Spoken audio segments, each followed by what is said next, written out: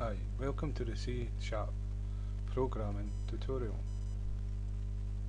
Today we're going to look at constructors. Now, a constructor is just like any other method in a class, but when a class is an instance is made of a class, like we've got here, first class, and we're giving it a name first equals new, that's us made an instance of it, and then first class in brackets. What we're doing there is we're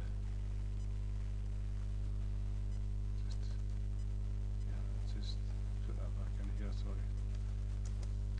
What we're doing is we've made an object of that class, an instance of it, and that's what new keyword is. And this here is the name of a constructor. And when you first make an instance of a class, there's a method that's part of the class that initializes all the variables and all the methods to all the set values, and that's called a constructor, like a builder that builds a class. It's a constructor. And when you don't put one in, C# has a default one. So if you don't put your own one in, it will put it will do its own constructor and assign values to the variables that is in the class.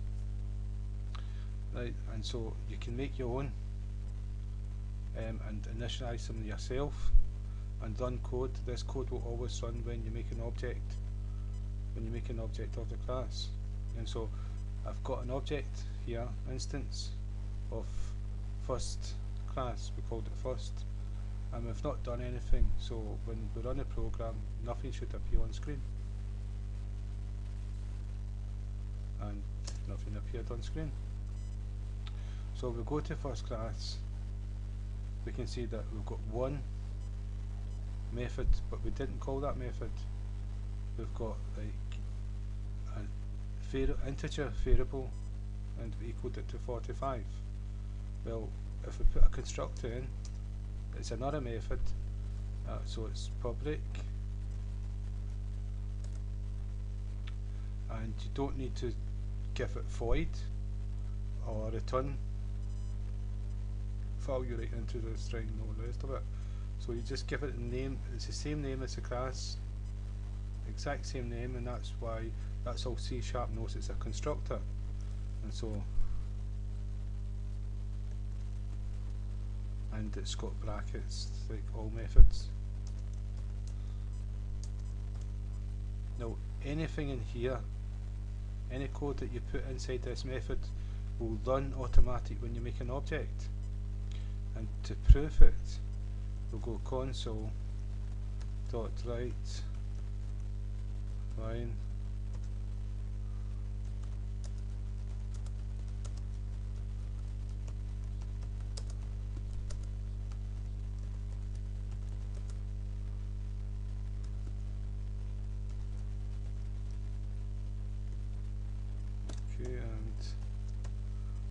and so when we go back to the main, we created an object here, we ran the program, nothing happened, but now that we put a constructor in the class, this is any code that's inside this constructor will run, and so I'm going to prove it by running the program. Hey, the constructor has run the marathon.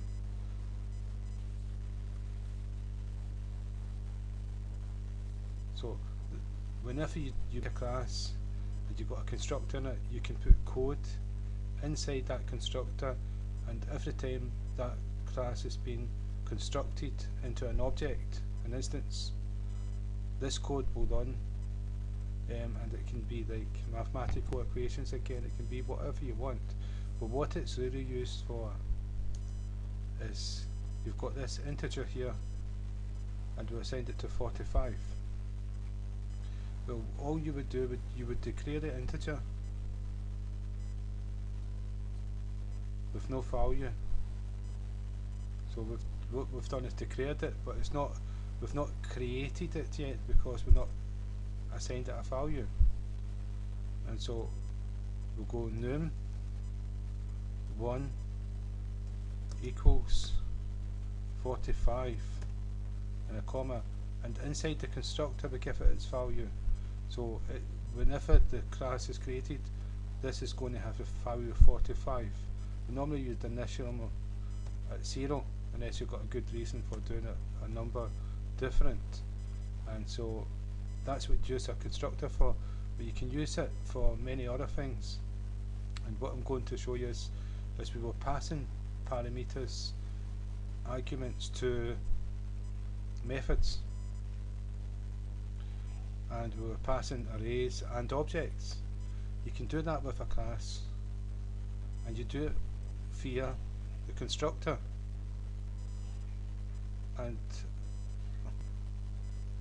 And what you use, you pass it an integer. You can pass it 2 or 3 integers. You can pass it a string. You can pass it a string and an integer. You can pass it an object, and so you can have not one constructor. You can have many constructors with different arguments passed to them. So that if the program calls this class with a string, the code that's executed and the behavior of the class is different if it was called with an integer. And that's called method overloading. You've got many methods and each perform different tasks, but one name for a method. But if the method is called without a parameter, then it behaves a certain way. If it's passed with an integer parameter, it behaves in another way, and if it's created with a string, then it behaves in another way again. And so it gives you more power over a class and the way it behaves. And I'll give you an example. Is what I'm going to do is cut and paste the constructor and paste it. It's identical, but the difference is I'm going to say int and give it a name. Now the difference here, this one takes a parameter and this one does not, and so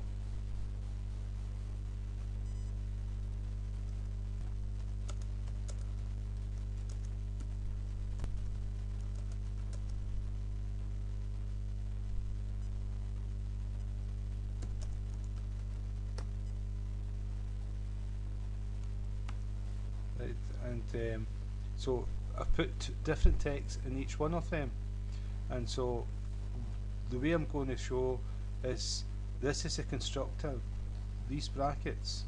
If you pass a parameter, an argument into here, it's just like passing an argument into a method, but the whole class is going to change because of this.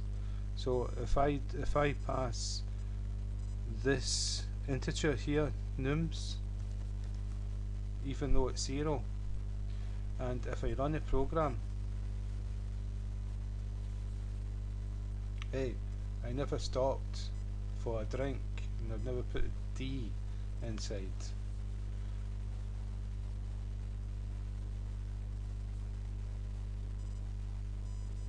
D here. Right, one says, hey, the constructor has run the marathon. And the other one says, hey, I never stopped for a drink. Right, you may say, well, that's crazy. Why would you have different constructors? Well, you can see these values here. num1 is 45 and num1 is 45. Well, the idea of having different constructors is these could be different values. num1 here is 0 and num1 is 45. And so these classes are going to behave different because these values are different. It also can change. It can also change the methods that you call, and so it can be that a certain for loop will not operate if a value is over 40, and one will not operate if it's under 40. and so you get elements of control. I can also do a string, and it'll all say the user. A user could type in a string when they were told to type it. They were meant to type in an integer, and they pass the program. The programmer can ask because the type was wrong. Well, you would have a constructor. It takes a string and sends a message to the user saying, "Oh, sorry, this is not meant to be a string. Could you please type an integer and try again?" And your system doesn't crash. It's accepted the error, and it's returned back to the user to type again. So there's many different uses for it. And so if I do another constructor and I do a string,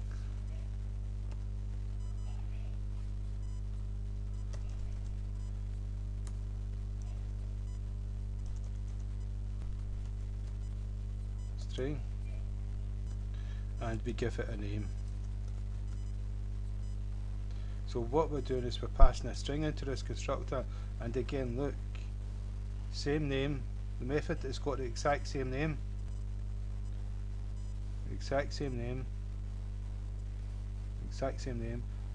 but it's what gets passed into the method that makes it different. So we can pass nothing into this class when we create it. We can pass an integer, we can pass a string, we can pass a string and an integer.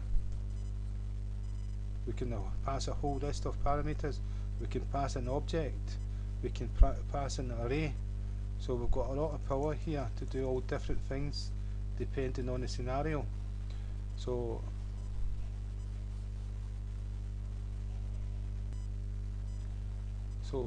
this one will say, "Hi, hey, I think I finished second." Aye, right, you mean second last. And so just to show you, when we do it, put a string in, this method will be called. When we put an integer, this one will be called, and when we don't put anything at all, this one will be called. So we go back and we just put a string in, just a string, and we'll just put a even though it's not spelled right, just a string. So rather than do, yeah, we can do name. Sorry, we've got one there, name. So we've put a string into this class. Now the string one is going to be called, "Hey, I think I finished second." Aye, right, you mean second last.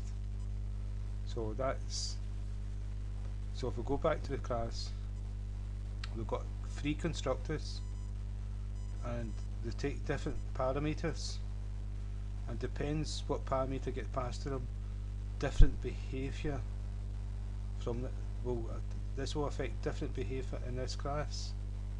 And you can also, that's called method overloading, and you can also use it with any method. As it, we've got this one here with an integer,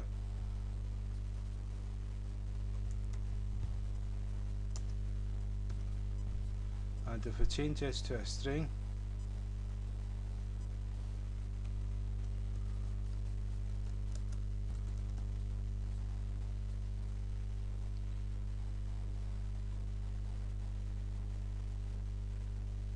now we're passing a string into it, and it wants to know what num is. So we'll take this away because we've just changed it. And what we're going to do is we're going to do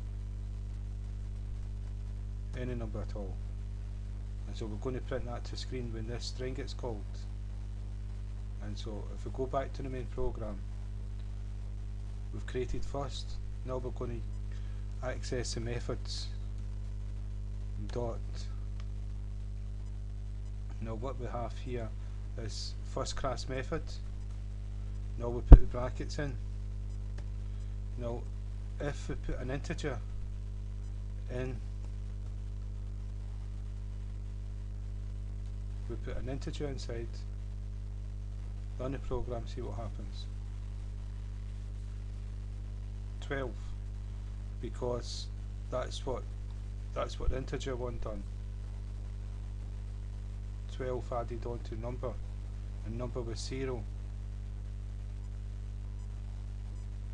Well, I think number was 0 because we've changed all this, so but 12 added on to it printed 12.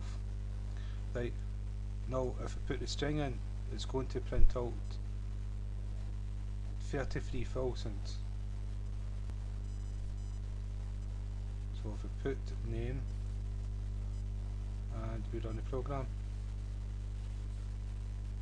33,333.